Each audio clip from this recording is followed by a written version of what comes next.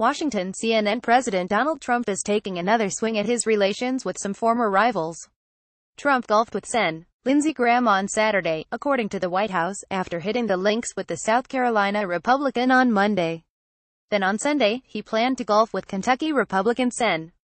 Rand Paul, who backed his recent efforts on health care and received a pen as well as a friendly pat on the shoulder when Trump issued the executive order on Thursday that is designed to increase competition and choice in markets. The warming ties. Trump and the senators were bitter GOP primary opponents and have occasionally engaged in public feuding since the inauguration, come as the president's relations are fraying with Senate Republicans just as he is relying on them to help pass his agenda.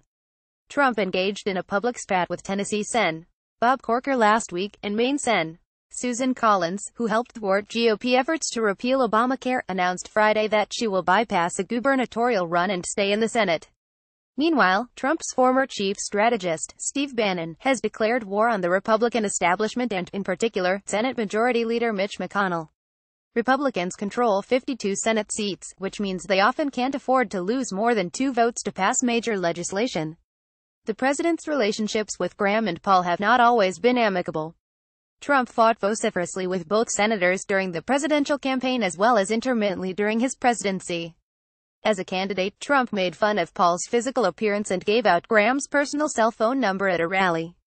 Paul at one point referred to Trump as Gollum, a character in the Lord of the Rings fantasy series who is corrupted by his desire for the Ring of Power, and Graham has called Trump a jackass. Paul played golf with Trump in April and said they had a productive day discussing healthcare reform. But he was the first and fiercest Republican to denounce the most recent iteration of a legislative alternative to Obamacare in September. Graham said of his game with Trump earlier this week to CNN affiliate WCFV, "We focused on golf for the most part. We talked about North Korea and Iran, tax cuts, repealing and replacing Obamacare. It was a good conversation and a chance to be with the president. Just the two of us."